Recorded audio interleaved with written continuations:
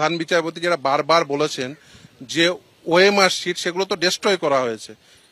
West Bengal central school service commission প্রথমে physical copy সেটা destroy করেছেন, তারপরে তার ডিজিটাল কপি সেটাও ডেস্ট্রয় করেছেন।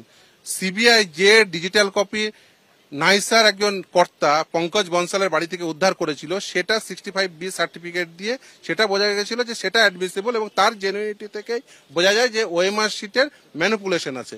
আর শুধুমাত্র এখানে ওএমআর শিটের ম্যানিপুলেশনই একমাত্র ইস্যু নয়, এর বাইরে যেমন ধরুন নন লিস্টেড ক্যান্ডিডেট তাদের অ্যাপয়েন্টমেন্ট পাওয়া আছে, after expiry of the panel সেই অ্যাপয়েন্টমেন্ট পাওয়া আছে, যেমন রেশিও ভায়োলেশন আছে, রিজার্ভেশন পলিসি সেটা মেনটেন না করা আছে, ফলে বিভিন্ন ইস্যু আছে। এবং এই যে নিয়োগের যে আইন সেই আইনের প্রতিটি ধাপে নিয়ম ভঙ্গ হয়েছে এবং খুব স্বাভাবিকভাবেই সেখানে টেন্টেড ক্যান্ডিডেট এবং নন টেন্টেড ক্যান্ডিডেট সেটা নন সেপারেবল হয়ে গেছে। সেকেন্ডারি ডাটা যেটা পঙ্কজ বনসালের বাড়ি থেকে উদ্ধার হয়েছে সেটা সেই আর্গুমেন্ট দেওয়ার চেষ্টা করেছিল যে ওটা 65B সার্টিফিকেট দিয়েছেন, সেটা তো সেকেন্ডারি ডাটা। অবভিয়াসলি আমরা বলছি যে ওটা সেকেন্ডারি না, ওটাই প্রাইমারি ডাটা। এসএসসি এই করাপশন করবে বলে সে নিজের ডিজিটাল ডাটাটা নষ্ট করে দিয়েছে। আর এসএসসি যে ট্যাবুলার চার্টটা দিয়েছিলেন সেই ট্যাবুলার চার্টটা কিন্তু সম্পূর্ণ নয়।